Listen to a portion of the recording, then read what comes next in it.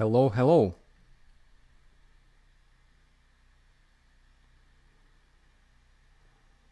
Hello, hello. Are you here? Can you hear me?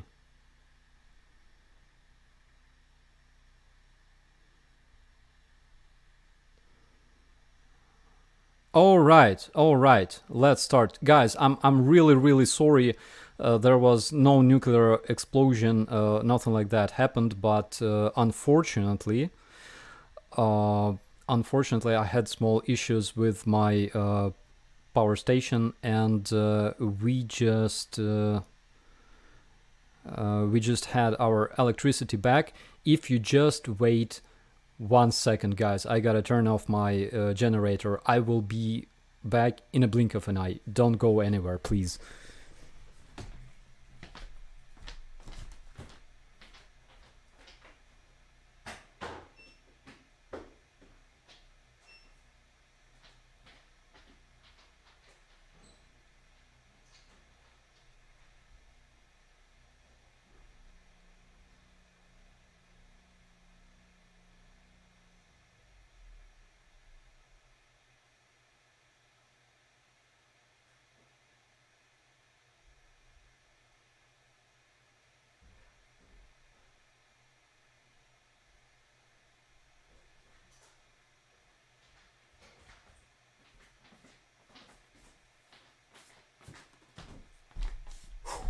All right, all right, okay. Uh, where sauna? There's no more sauna. I moved because I lost 5 kilograms already. It was too warm in my sauna. Okay, okay, so we can start finally. Uh, Sorry about the delay. It wasn't my fault, fortunately. Fortunately. And I'm really happy to see you today. Yeah, it was. It's been a while, and um, today is day 333 of a 3-day Russian invasion in Ukraine. Only took 111 days more than they expected. Um, and let's briefly talk about the latest report from our General Staff of Ukraine, because it's important. Because according to this report, Russians lost 600 men dead today, which makes it between 2,000 and 2,500 total casualties, including their wounded, um, in the past 24 hours, basically. And actually, we have information that they lost a bit more today, but we'll talk about it later. Today, Ukrainian aviation performed 3 strikes on Russian personnel, and Ukrainian artillery and missile systems performed also 2 strikes on Russian terrorists. And approximately 120,760 Russian terrorists were already lost since the beginning of the invasion. I think we can do better, of course, with your help, guys. Ukrainian artillery performed this successful strike in Kadiyevka, targeting some very special place. It was a VIP hospital that was equipped specifically to treat Kadyrovites. And we know that some of those Kadyrovites became better instantly. They became healthier. But we don't know the exact number of their casualties. That's why we cannot tell you the the results of the strike. We know that they lost men, but not sure how many. Hopefully soon we will find out. And as for situation in Svatove and Kreminna, so Ukrainian armed forces report that the Russian terrorists are taking heavy losses as the Ukrainian troops are moving towards those two towns. Why it's important, let me show you right here. Here we have Svatove and Kreminna, and in this area, basically, approximately in this area, Ukrainian armed forces are developing their attack. They have some very, very intensive combat as of this moment in this direction. And the reason why it's important is because if Ukrainian armed forces take control over Svatove, Kreminna, and eventually over Krasnoyarchynsk, then Russian troops will have to retreat towards Starobilsk, which makes it possible for Ukrainian armed forces to develop their counterattack in this direction. But what's even more important is that we will be able to develop our counterattack towards Severodonetsk and Lysychansk. Again, those towns, Severodonetsk, Lysychansk, and Rubizhne, not far from Severodonetsk, those are the territories where my brigade was holding defense for almost 4 months, and it was spring-summer last year. There was some very, very tough combat going on. We will have opportunity to take control over those territories again, and the thing is, because we literally had nothing to defend there in the end, we had to retreat. Almost everything in those towns was completely destroyed by Russian artillery. That's why it was very, very hard to defend those cities. They didn't exist, basically. They were only foundations of houses and things like that. So Russians will be in the same situation. And you gotta mark my words. Next, in the area of Zaporizzhya, Russians attempted to develop their attacks, and 3 main vectors of the terrorussian attack were directed towards Orikhiv, Guliai-Pole. Let me show it to you. There it is. Here we have a heroic city of Zaporizzhya, and it's called Zaporizzhya. And Russians were attacking towards Orikhiv, Guliai-Pole, and just here southwest of Velika Novosilka. Those attacks were successfully deflected by the Ukrainian armed forces, and the reason why Russians failed their attack in this area is because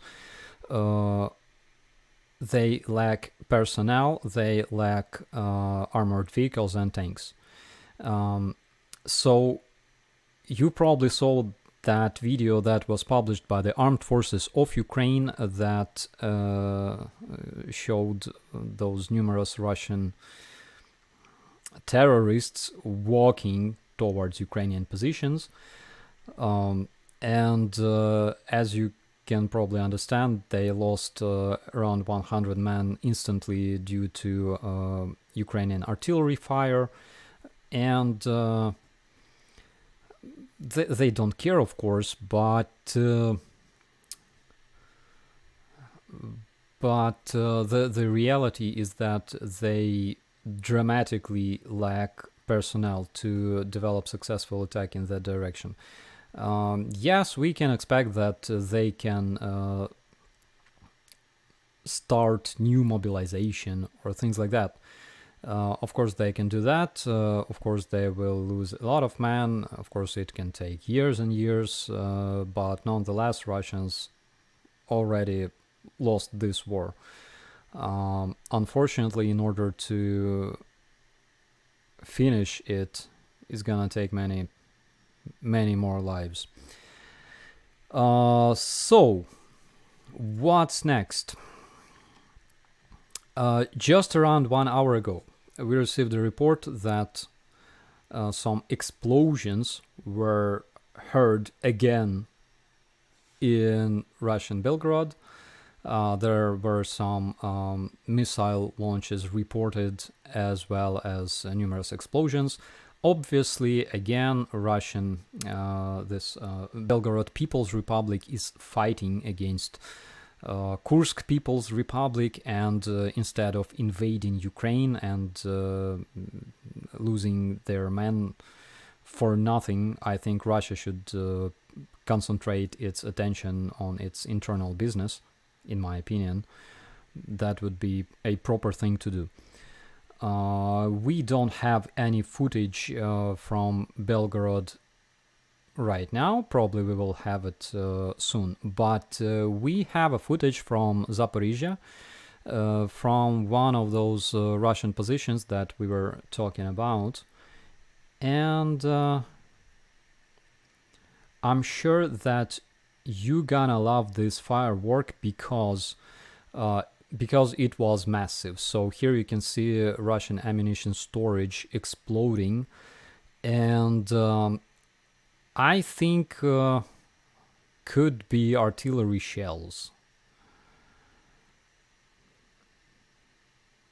Obviously it was just a huge storage of artillery shells.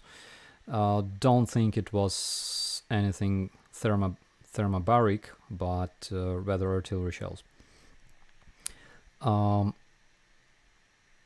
Boris Johnson visited Bucha. It was like 5 minutes away from me. And actually, I can tell you exactly where this place was.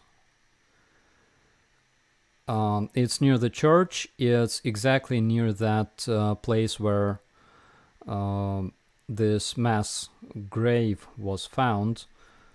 Let me find it for you, because I can. Bucha.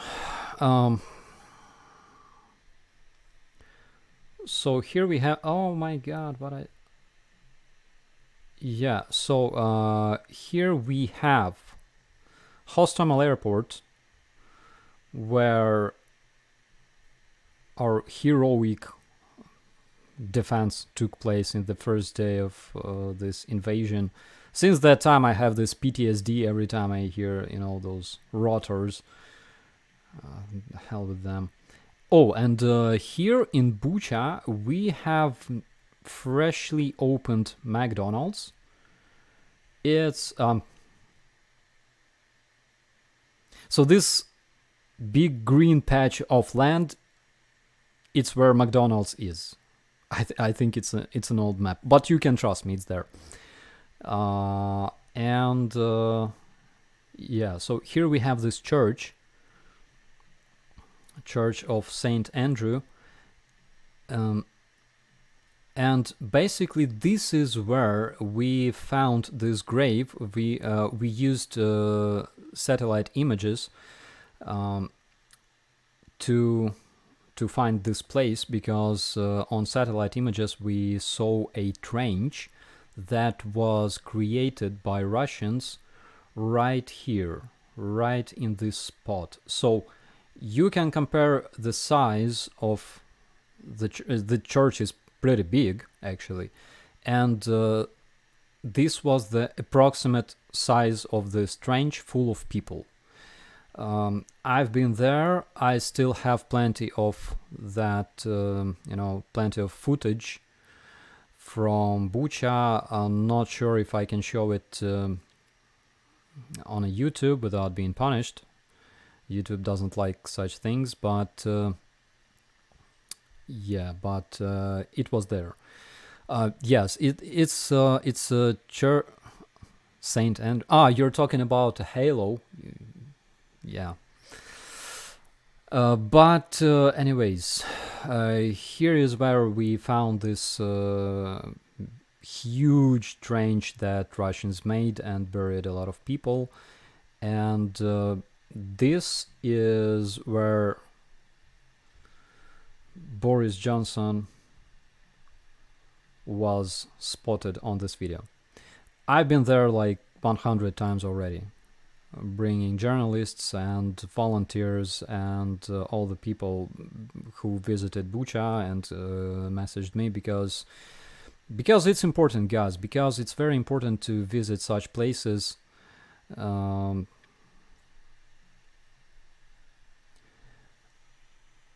think that at some point we will have some memorial there in that place.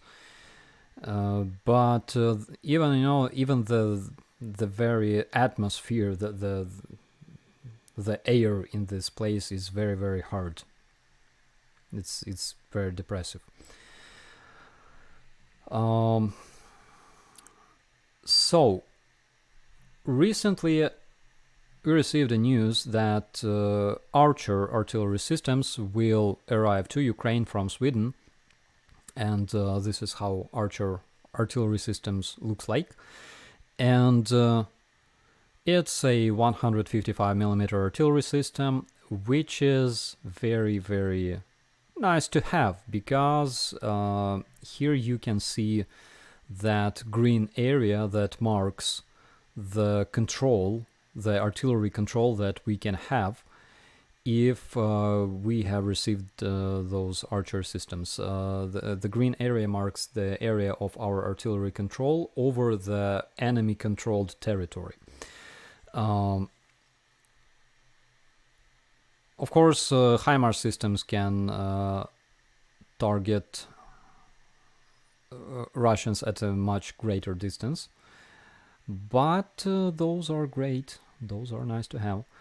And you're gonna absolutely love this video that was published today in Ukrainian communities, showing Bradleys heading towards Ukraine, and we all expect those infantry fighting vehicles on the front lines very, very soon. So I will definitely make a review of that, I promise. And I know that I will, that it's gonna happen, trust me. Today in Ukraine we celebrate the Unity Day. What is the origin of this holiday and why it's so important for Ukrainians? So in 1919, Ukrainian People's Republic, so-called, united with the West Ukrainian People's Republic, which accomplished the unification of historical lands populated by Ukrainians, and those two republics united into a single country, which gave us a chance to become an independent Ukrainian country. But unfortunately, after a short while, it was invaded and occupied by Russian Bolsheviks. Therefore, Ukraine spent more than 70 years under the Russian Soviet occupation before declaring its independence in 1991. And on this historical picture, you can see this historic moment of unification that took place in Kiev. Again, I know this place. I've been there a lot. And how do we celebrate this day in Ukraine? Basically, we make huge human chains connecting different regions of Ukraine. So, for example, we would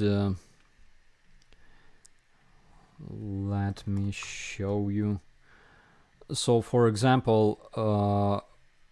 we would have huge human chain connecting, let's say, Lviv and Ternopil and Khmelnytsky and Zhytomyr and Kiev, and then Poltava and Kharkiv, and eastwards towards Donetsk and Luhansk.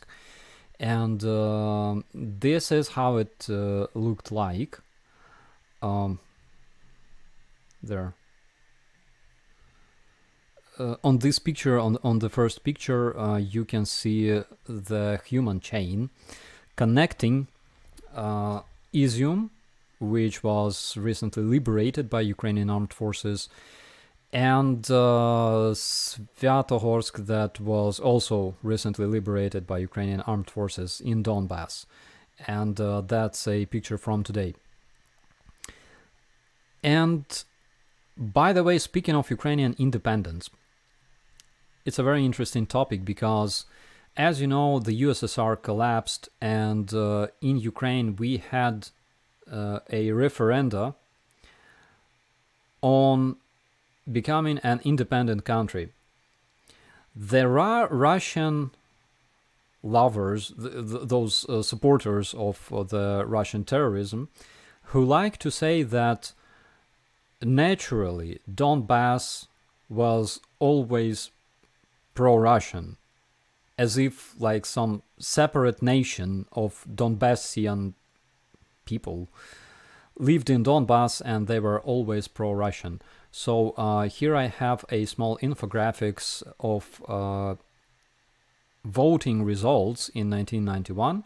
As you can see, those eastmost territories, Donetsk and Luhansk, 83% of people living in Donetsk and Luhansk voted for becoming and for Ukraine to become an independent country. And even 54% of people living in Crimea voted to become part of independent Ukrainian country. To me, it's still a mystery. How come those 17% of people who voted against independent Ukraine, how they became majority in Donbass in 30 years? It's like, it's a BS. It's a complete BS. And of course, people who say that they were always a separate pro-Russian nation or something like that, they don't understand the shit.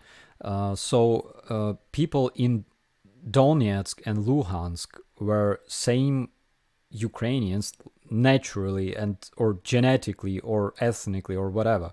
They were just the same Ukrainian people as those living in Kiev or Chernihiv or Sumy. There was absolutely zero difference between them and people living in Cherkasy or Zhytomyr. So that's historical document, basically. All those numbers, they're available for everybody. That's a very important thing to know. Also, this week was kind of tough for me personally and for us in general, because you probably know about this horrible helicopter crash that happened in Brovary, not far from Kiev, killing our Minister of Interior, his team, and killing some civilians, including children. And it was a horrible tragedy for all of us. And unfortunately, I lost my close friend in this helicopter crash. His name was Mykola Anatsky, and he was a great photo reporter and combat reporter working for the Ministry of Interior. And prior to that, he was a press officer in the National Guard of Ukraine. He was my good buddy. He joined the National Guard of Ukraine, a voluntary battalion named after General Kulchitsky, in 2014. And he was awarded many times for his bravery during his service. I think it's like, it's like a good tradition for Ukrainian press officers who serve in the National Guard to be infantrymen prior to receiving this position. But yeah, he was a great guy, and he was a real hero to me. In March last year, his daughter was born, and he was really happy because he and his wife, they were dreaming about having a daughter, and their dream came true. Mykola always told me that he was dreaming to die on a battlefield. And, currently Ukraine is a single big battlefield, unfortunately, because there's no safe spot in Ukraine. Every city can become a target for Russian cruise missiles and things like that.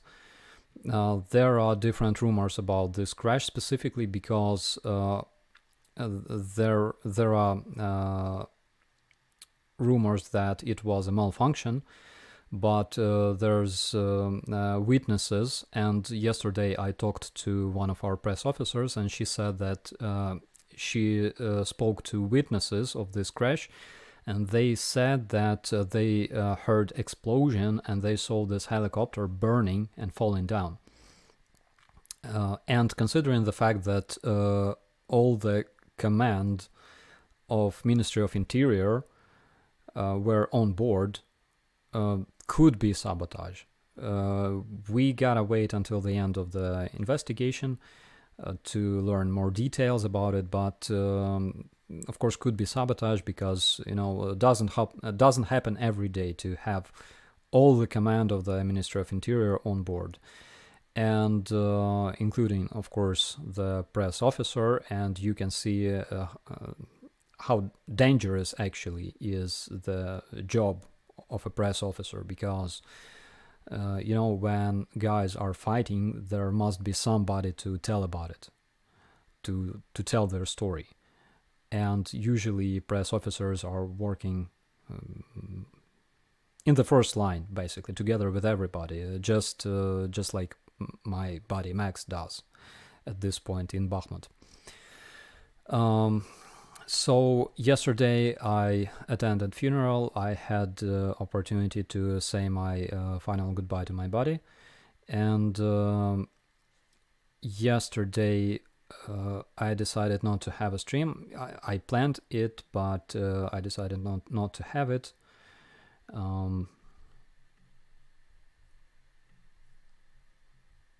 And that's basically it. So I know that our president also attended the funeral to say goodbye to Minister of Interior. He was a great man. I cannot say anything bad about him. Yes, also Anna from Ukraine, I talked to her today. She said she lost her mother. Again, it's a horrible tragedy. Losing parents is something that I cannot imagine it. So that's the story. Why was everyone on the same helicopter? It's a good question. Probably they couldn't go on different helicopters. I don't know. I don't know all the details about it. Yeah, and again, Minister of Interior, Mr. Denis Monastyrsky, he was a great man. I think in April, May. In April or May, I received an award from him for defending Hostomel, and I don't really like receiving awards because it was the day when police crashed into my car, into my first car. That's why you gotta stay away from policemen and military men on the road while driving. It's dangerous.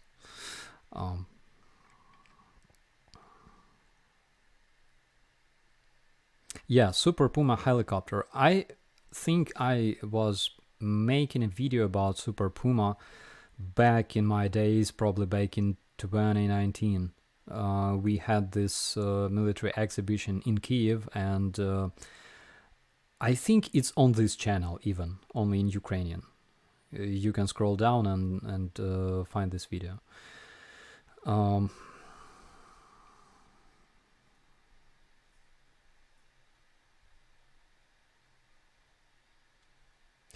Shelly, they do check those helicopters, and not only they check those helicopters, they usually have very, very experienced pilots that fly those helicopters. And the pilot that flew the helicopter, he had many thousands of hours of flying. Dump Trump, the police pranked your car. Yeah, it was unexpected. They were making a U-turn right in front of me, and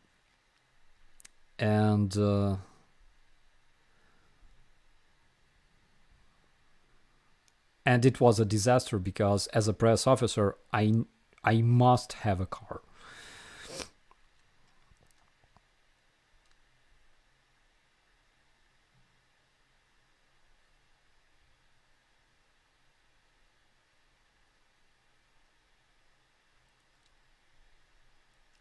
What confuses me is that in some news the helicopter was hovering around the town for some minutes before the crash.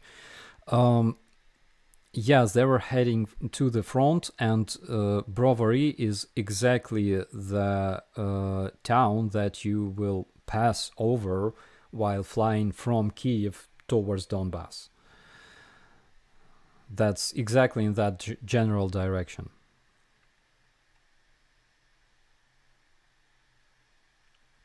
Again, guys, I don't know all the details. We gotta wait until the end of the investigation, then we can talk more about it.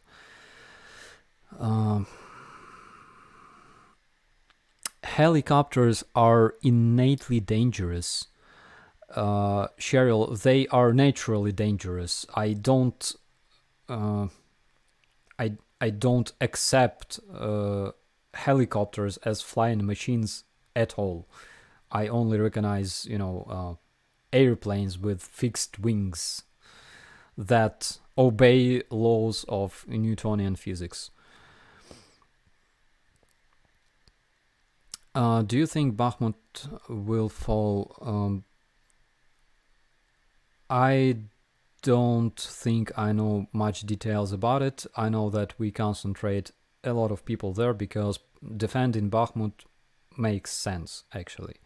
It makes military sense, and we gotta do everything we can in order not to let it happen, in order to keep it under our control.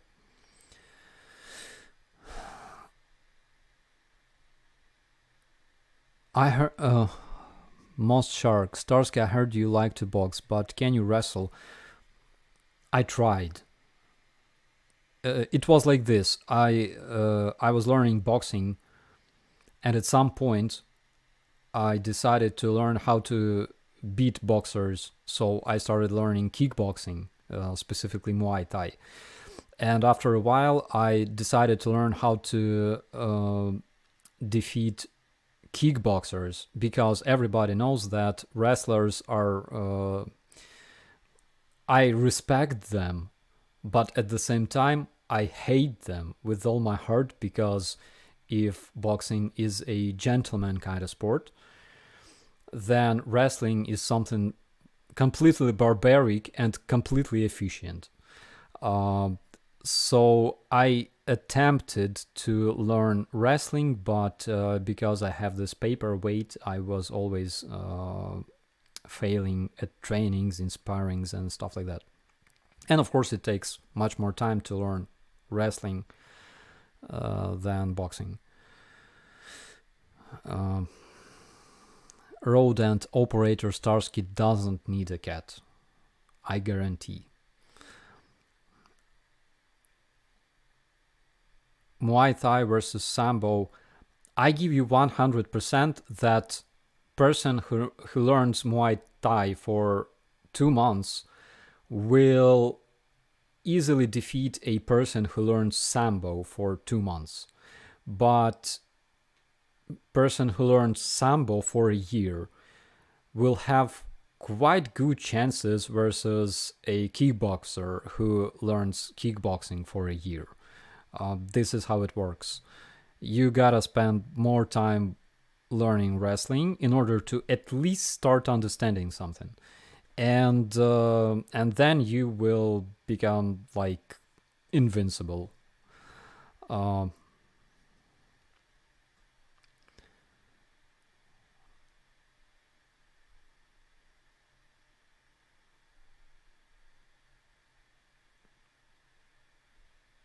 Boxing, the sport of kings, the sweet science. Yeah, absolutely.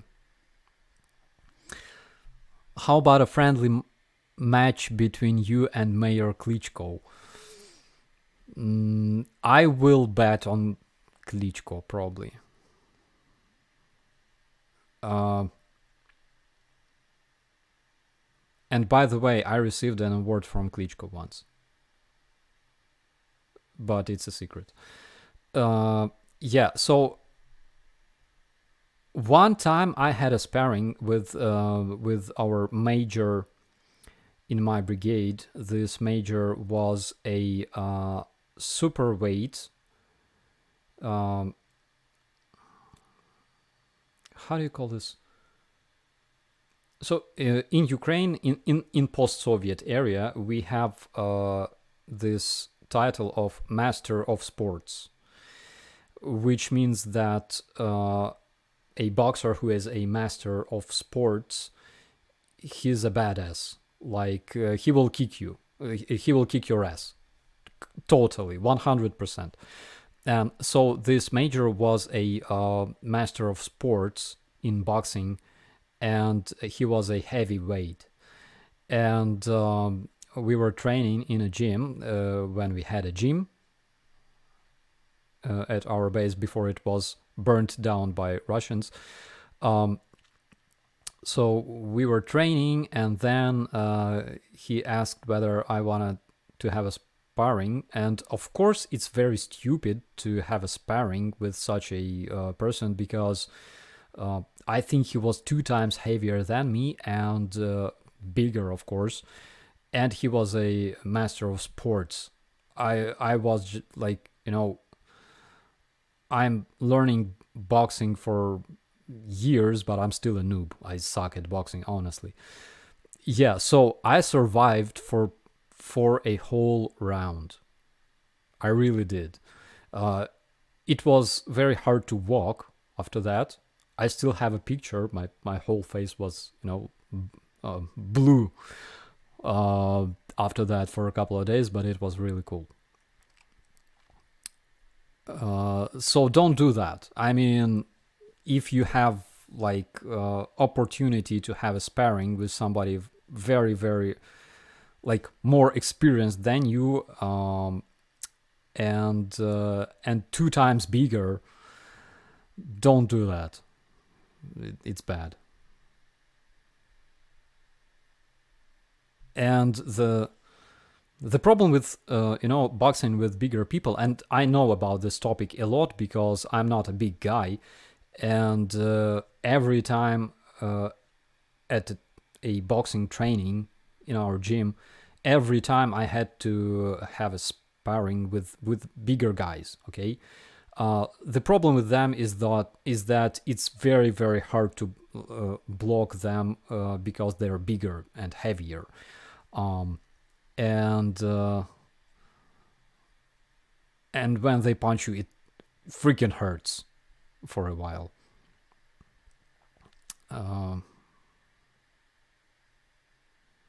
I fought a guy that had hands 8 inches across. Yeah, I would run too.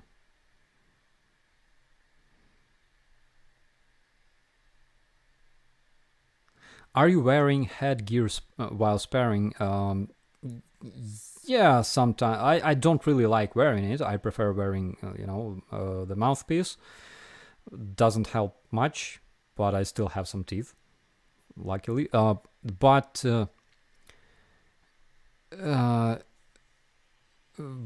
yeah, it doesn't help either. Some people say that wearing headgear only increases a chance for a knockout. I don't know if it's true. Yeah, but Rudy Rootchill here. Hey bro, let's do this giveaway. I totally support this idea. If you have any offers, please let me know. Okay, giveaway sounds great. I can give away patches of my brigade, by the way. I have a lot of those.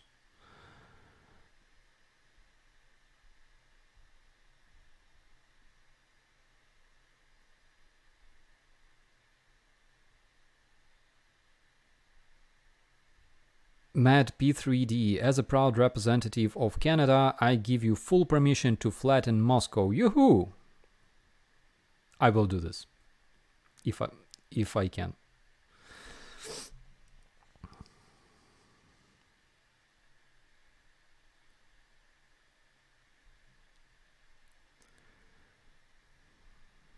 You went in without headgear?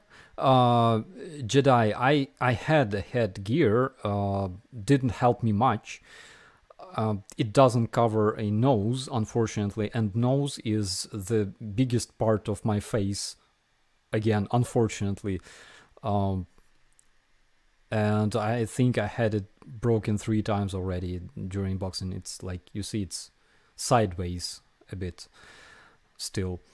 Who will you interview next? I think it will be Mr. Zolkin, Michael. I think it will be Zolkin, and I'm trying to find a way to contact Mr. Zolkin. It will be great because I have 1 million questions for him, and I'm sure that he has a lot of interesting things to tell you about Russians.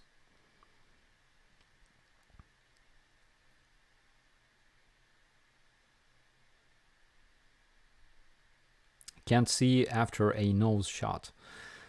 Yes, Lewis. It's not like I never boxed bigger guys. Like always box bigger guys because I'm not a big guy myself. And one time, wait a minute. Let me see if I have this video. Just a second. Give me just 1 second. It must be some... Yeah. Hold on. It's a heroic video. It's amazing because I was boxing a guy who was like 122 kilograms, while I was something around 66 kilograms. And it was just a friendly sparring, but it was insane. Where it is? Here. my channel. I have a lot of channels. Okay, my videos.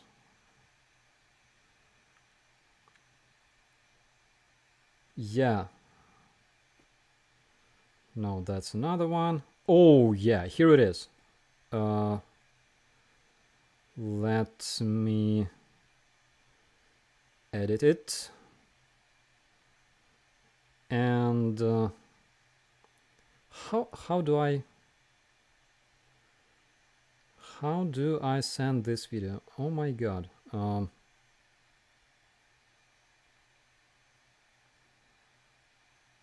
Here. Okay, Telegram, my messages. Yeah. All right. I have it right here. I'm gonna I don't know about the connection, if I have enough bandwidth to,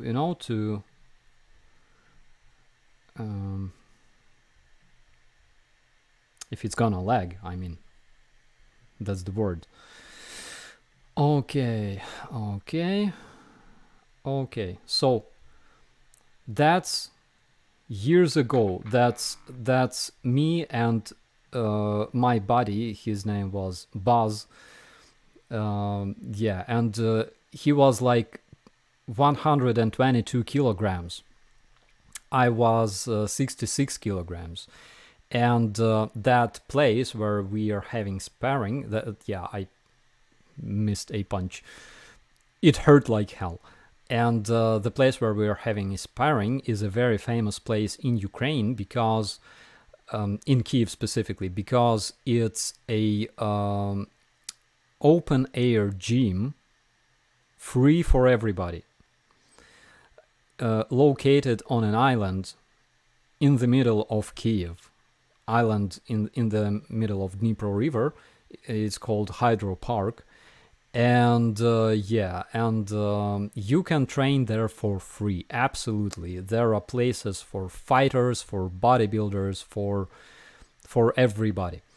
And yes, and we decided to have this suicidal sparring. Suicidal for me, of course.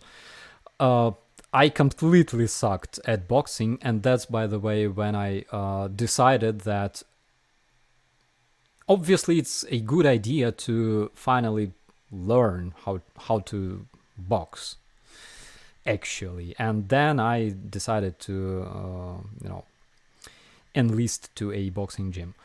But it was a good experience. And after that moment, I honestly thought that I will be boxing people my size mostly and things like that. No. I was always boxing the guys like him. That's why I was always failing. Hanneke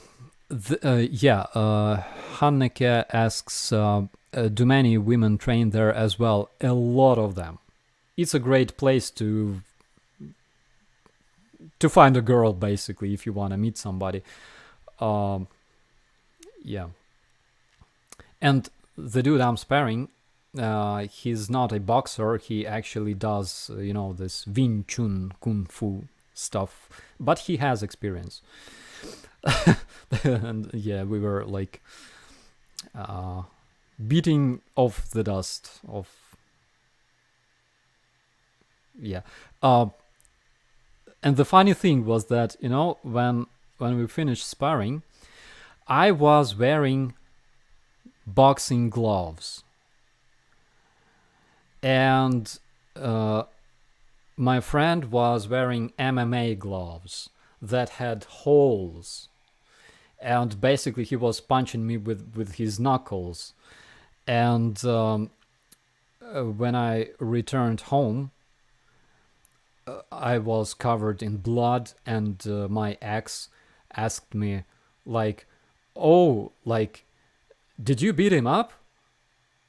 I said, no, I said it was his blood, not my blood. And she was like, did you beat him up? I said, no, he damaged his knuckles over my head, actually. So it was really, really cool. Very, very bad experience. Don't do that at home, please.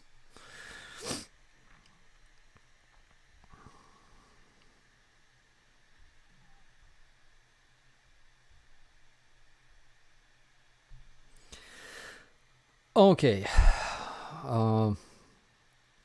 Inner Dinosaur says you wore him out. No, I didn't. Actually, he attempted to clinch a lot. It's not on the video, but he did. And he had this huge belly. So he would literally like put his belly on me and I would start dying. Oh, Ukraine matters here. Hi, buddy. Nice to see you.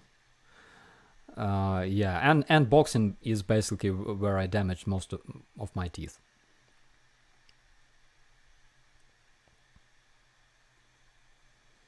That guy is not in your weight class, Starsky. I know, right?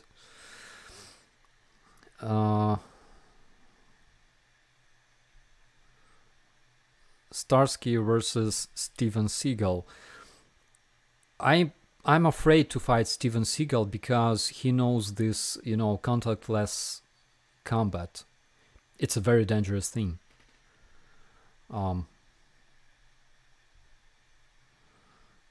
Like, he can take this orthodox cross and turn me into a frog. And I don't like being a frog.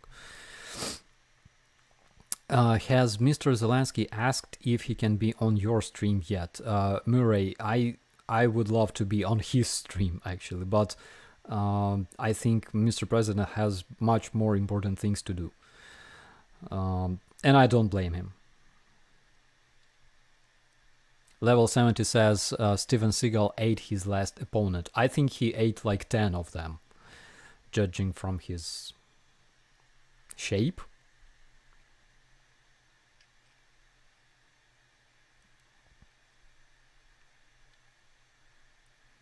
Any baby Starsky stories?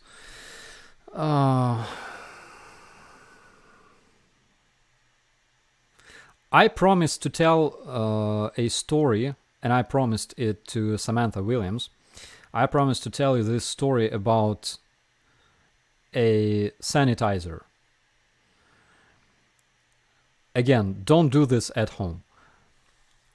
So in 2016, my first infantry company was only being formed in my brigade. And we had this training march. Training, do you call it march? It's basically when early in the morning your company gotta make 20 kilometers on foot. And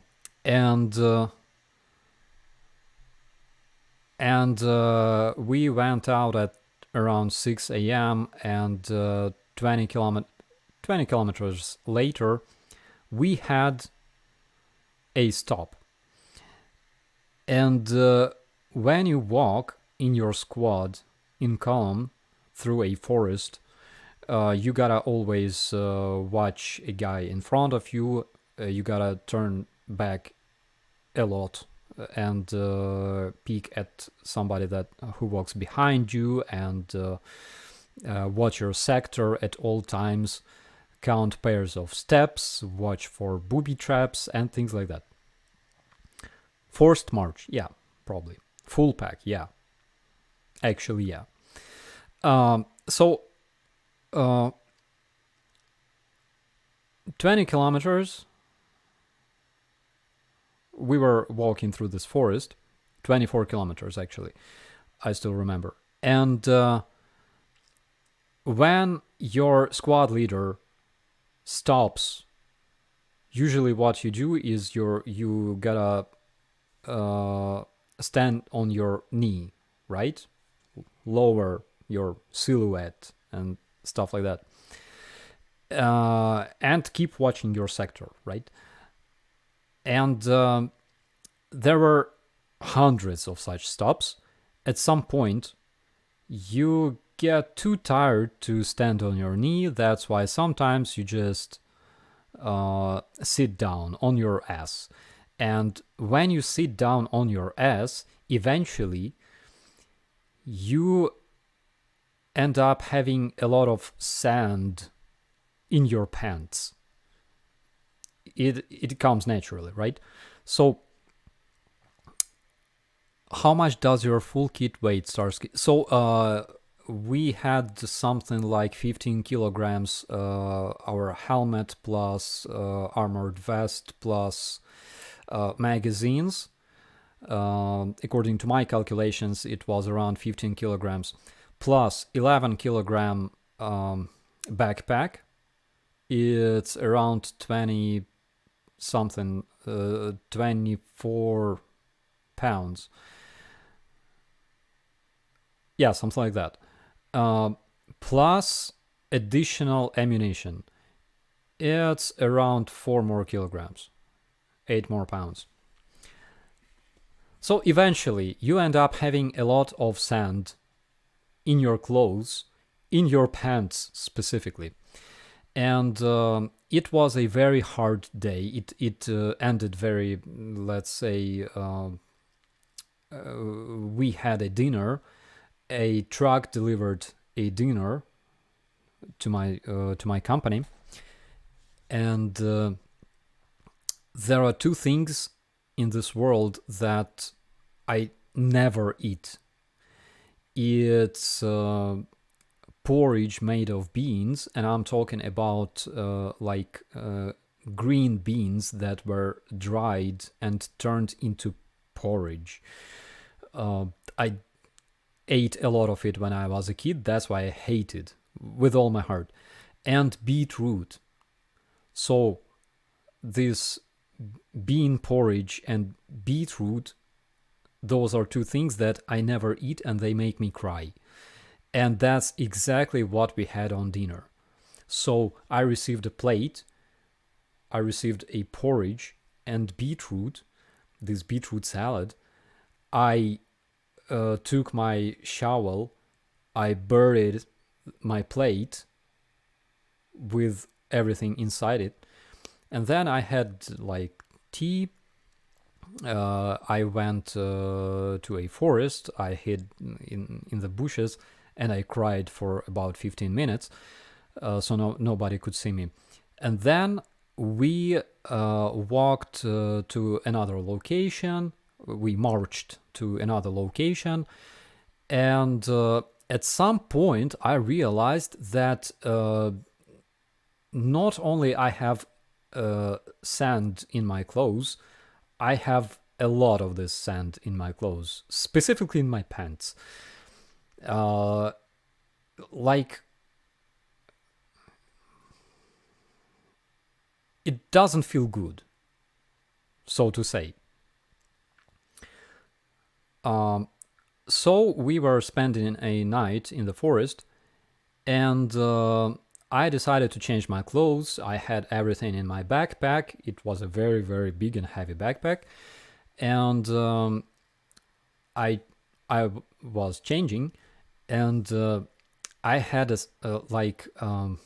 special paste. So it's like when your feet get sweaty, you can just apply this paste to your feet, and it has some menthol. It contains menthol and things like that make your feet dry and fresh. For some reason, I decided to apply it on my rear part because it was burning, guys. But what I didn't know was that menthol actually burns even more. And after that, I decided that I could probably bring some kind of infection. So I had this hand sanitizer, and I decided to sanitize myself. I think even people in Moscow could hear me screaming. It was hilarious. After that, with big shame, I talked to my medic and I said that I had a problem. And he said, you're gonna be evacuated to a camp together with other idiots with the same problem. And there were something like 10 of us with the same problem, yeah. So what this taught me, this lesson taught me that you gotta understand that smallest thing, like sand in your freaking pants, or like a scratch that was infected with germs and turned into something big, right, and inflamed, or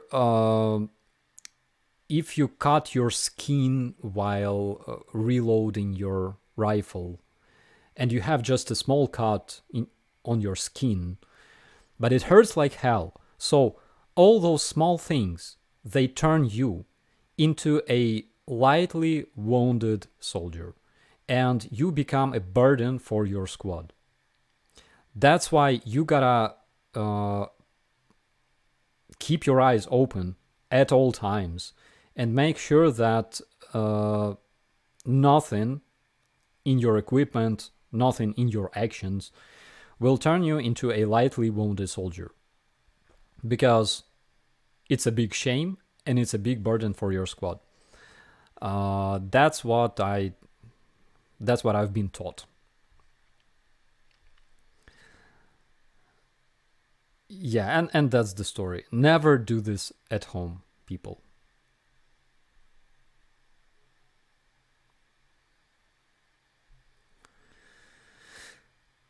All right.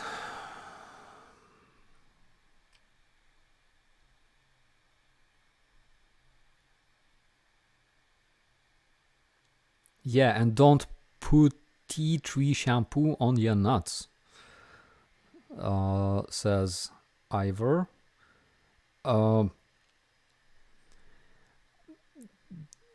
Probably, yeah.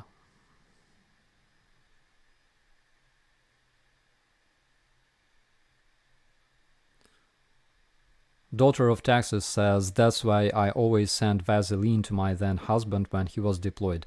There are baby pastes. Is it paste? Do you even call it a paste? Baby cream, that's the word. There's baby cream that you can always apply, and it saved me. I visited our medic. He took a look at my wound. He took baby cream and saved my life.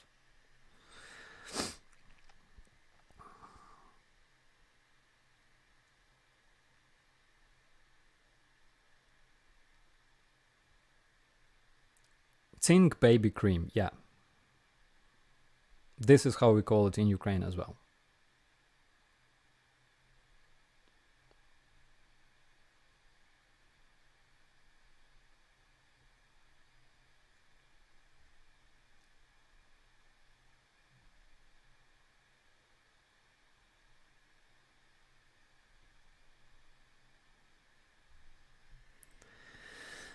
Okay. Medics powder in butts, military 101. Oh, yeah? Yeah. My medics, during all of my deployments prior to the invasion, my medics were nagging all the time because, they spent countless hours learning how to save people, how to stop bleeding, how to patch, penetrated chest, those kind of wounds, pneumothoraxes and things like that. And 99% of the time, they were visited by our soldiers who had diarrhea or cold or flu, you know.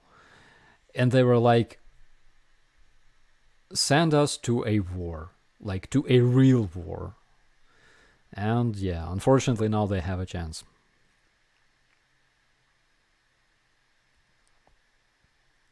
Boris Johnson was in Kiev today. Is he still popular there? I wouldn't call it popular, but seeing people like Boris Johnson in Kiev, and specifically he was in Bucha, seeing people like him is, trust me, it's a big psychological support for Ukrainians. It really is.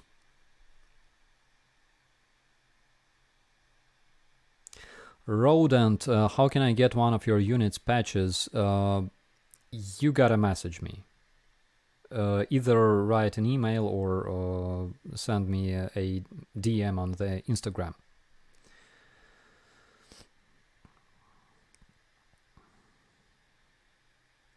Teeth cream for cracked or small cuts. So yeah, there was a story again. We were the other day. It was like, oh my god, it was like in 2008. So we were drinking with my friend, and we were drinking some burning cocktails, like shots, but they were burning. And because I was already a bit, not like wasted, but close to this, I decided to blow out the fire, the flame, through a straw. For some, I was stupid, okay? So instantly I had all this burning substance on my hand, and it was burning. And yeah, and I was trying to, wave my hand, and nothing helped. Finally, I put out the fire, but I burned my hand. So I had this baby dental cream in my pocket because my teeth were growing, and I was carrying this baby dental because it would kill my pain for a while. And I applied this cream, baby dental cream, to my hand. It didn't help. Not sure how about those cuts, but it doesn't help with burned skin. Believe me, I tried.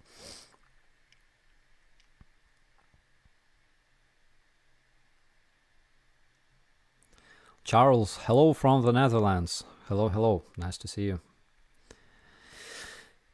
Okay. Suicide tequila. Was it Bonjela?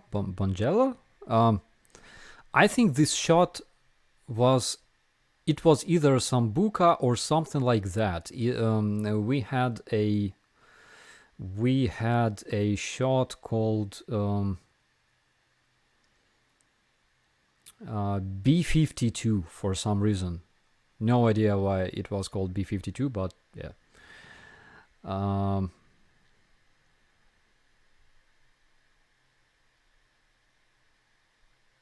I remember this farmer that lost his farm after trying to show a visitor that cows produce methane. They do.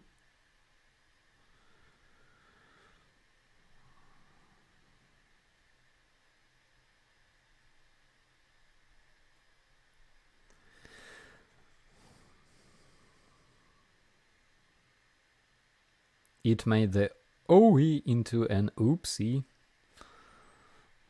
Yeah.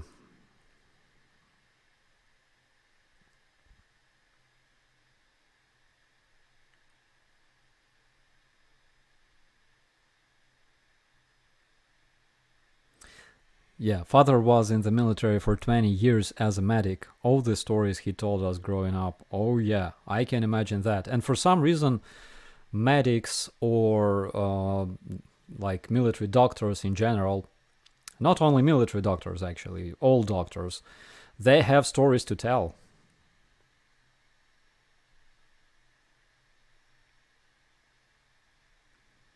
Level 70, I vomited all night on my 18th birthday because of B-52s. Oh yeah.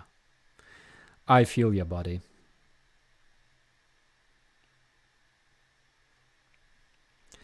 Bungle 8, hey fellow metalhead, greeting from Poland. Hi buddy, nice to see you.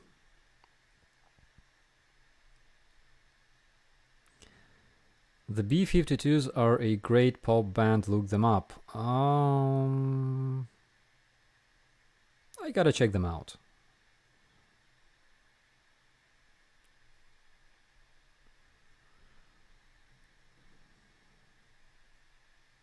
Where's your girlfriend? Get me one also.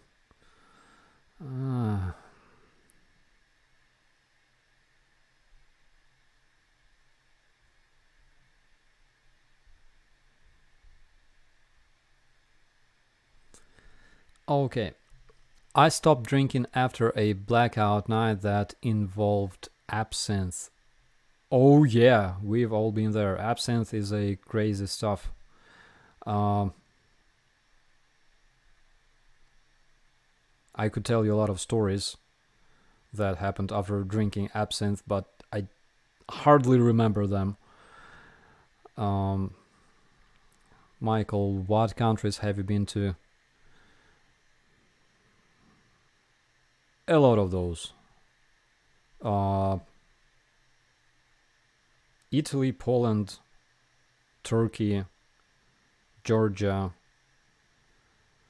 Let me see. Germany and the US. Not too many, but still.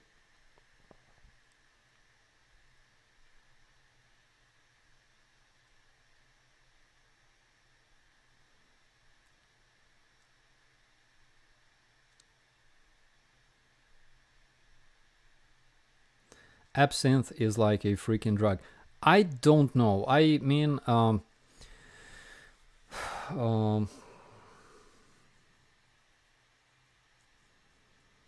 it depends, you know. Generally, it's like if you avoid drinking for a long period of time, for like a year maybe, and then you start, doesn't matter what exactly you're drinking. It's just you can lose your brakes, and yeah, and it's gonna end in a very, very awful way.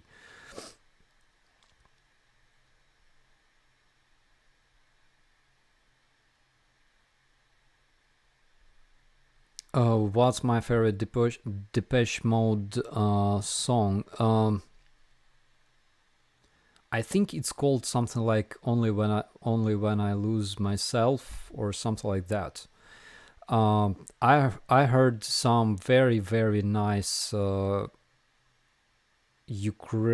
think Ukrainian remix of this song. It's awesome, especially when you're driving. What country would you like to live in except Ukraine? Oh,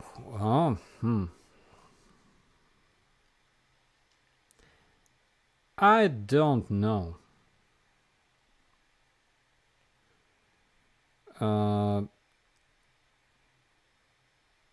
Part of me that likes extreme would probably like Iran. But part of me that wants to leave would probably prefer something like, I don't know, Japan, New Zealand.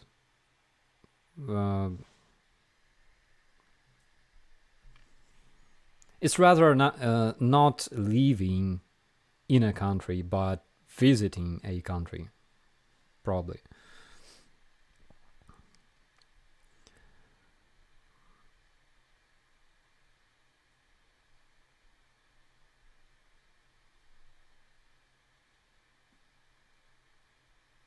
Diana, hi Starsky. Hi Diana, how are you?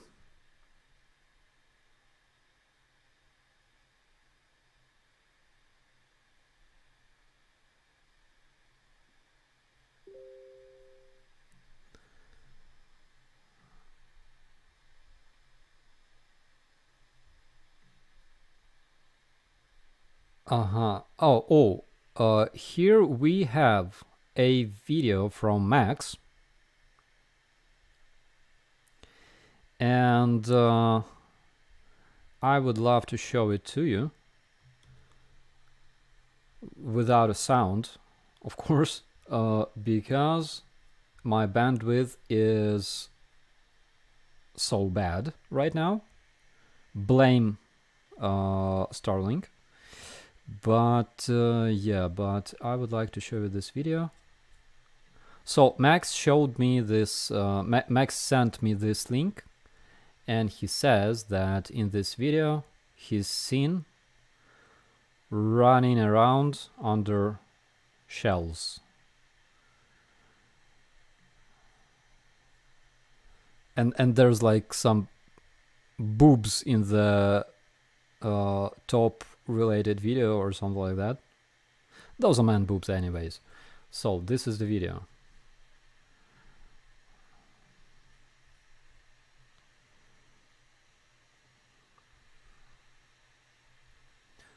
So that's Bakhmut. I remember the road, but I can't recognize those buildings anymore. I remember this place as well.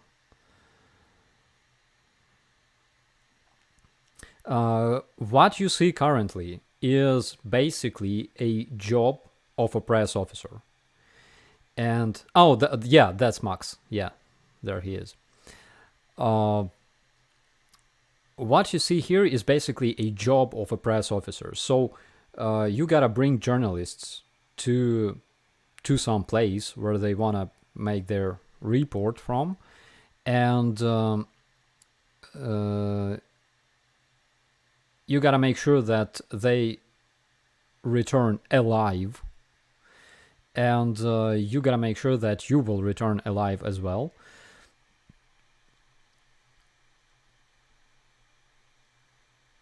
And it's a very hard task, because I remember when I was bringing journalists to oh my god, to where was it?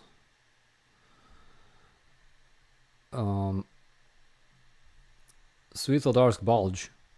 So we had very long positions, and in order to walk from our car to the end of the position, you had to spend like maybe 45 minutes walking, wearing armored vest and having your weapons and things like that. And I would have like 3 groups of journalists per day. It was so tough, guys. I mean, yeah, I cannot say that I enjoyed it. B. Terry asks, so Starlink not so great. Starlink is very good, because I constantly have like 150 or around 200 megabits per second. But it's a download speed. The upload speed is usually between 5 megabits and 9 megabits. That's the reason why we have so many lags in such videos on streams. And it's very good for receiving information. Basically, it's very good for receiving and downloading, not so good for uploading. However, I remember that when the invasion started and I was making my first videos, I could upload like 1 GB video in just a couple of minutes. Maybe they changed something. Maybe they made some kind of limit for Ukrainian. I don't know. I have no idea.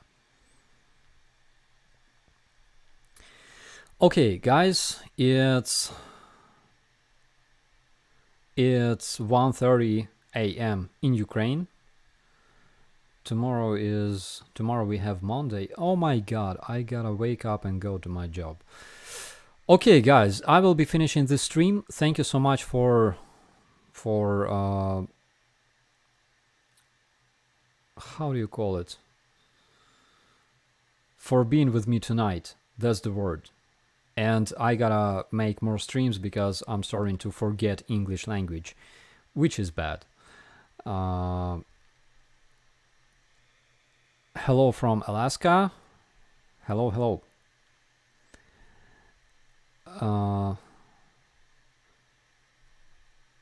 Okay.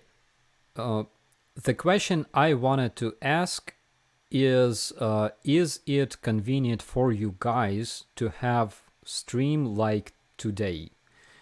It started around midnight Ukrainian time. I can make it around let me see. Where do I have it? Okay, so it's 6:30 p.m. in Washington DC, 11 p.m. 11:30 in London, 10:30 a.m. in Sydney, and 3:30 in LA. So if streams that start around this time or like couple hours earlier, are they convenient for you guys? If yes, if it's perfect for you, then we can do that, let's say, almost every day. I will make everything I can to make it possible. All right, guys, see you later. Thank you so much for being awesome and supportive, and be safe. I was very happy to see you tonight, finally, after a while, and let's try to make our meetings more often. So be safe. My name is Operator Starsky. Thanks for watching.